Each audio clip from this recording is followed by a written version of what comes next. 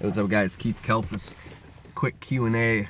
Somebody commented on a video of me in my office and said, could you make a video about the transition you went through to get an office like this?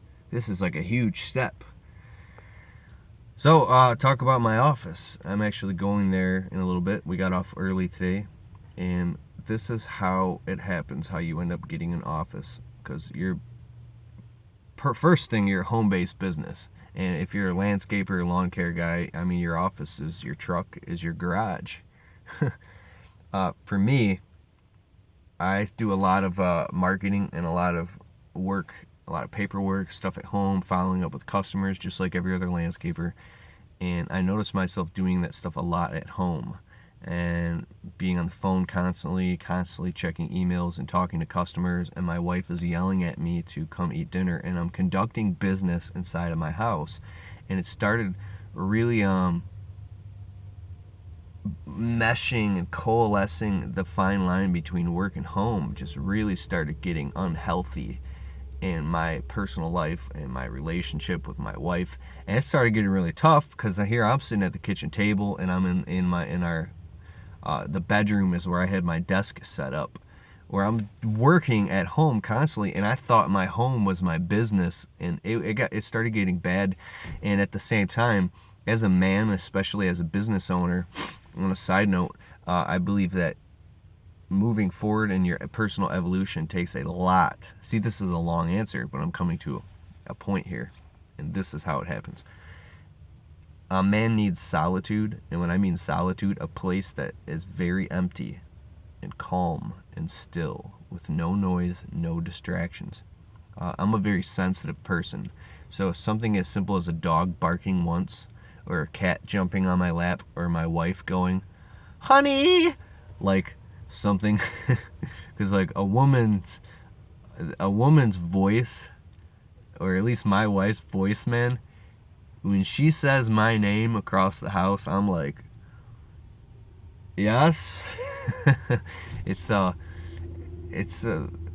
good woman, man. But anyways, I couldn't focus. I couldn't get anything done. I was just like being ripped apart, dude. And I'm like, dude, I need a fucking office. I need a place where I can get. I don't care if it's in a damn hole in the ground. I need a very quiet place where I can contemplate my solitude and get stuff done. So I start going and looking at offices, and I'm, dude, anxiety. My face is turning red. I'm like, dude, I can't afford a freaking office. These offices are $6,000, $8,000, $1,000 a month. And my buddy Scotty had an office a few miles away, and I go in there, and I'm like, $200 a month for this. And I go in there, and he don't have an office there anymore, but I just didn't like it. It was too far, and it just, like, the wallpaper was real old inside, and it just felt like I was in 1970. So I sat on it, and it got to the point where it's like, should I stay or should I go? It was driving me insane. I held off for like a year, and I waited to the point where I literally couldn't take it anymore, and I was gonna snap.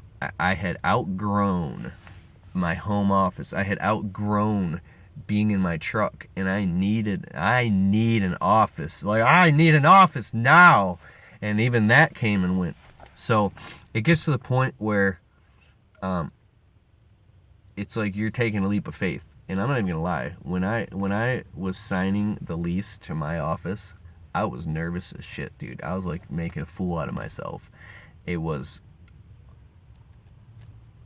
almost $1,000 down for the deposit, for the keys to the gold leaf lettering on my door, to my mailbox, for the secretaries that answer the phones, for I got a conference room, a copy machine, all that stuff, and then $400 a month for the actual my private office.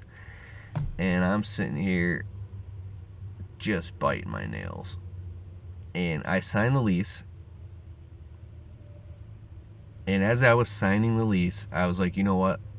I'm going to come out and say it right now. I said, I'll give you $200 a month for this office. I noticed they had a bunch of vacancies in there. Nice offices, right? Now, my office is actually really small. And I wanted a starter office, the smallest one. And they go, what are you talking about, $200 a month? They said, we could do it for $250. I go, what? you're gonna give me this office for $250 a month? $250 a month? And internet's $40 a month, and the phones are $30 a month. They said, we'll include everything.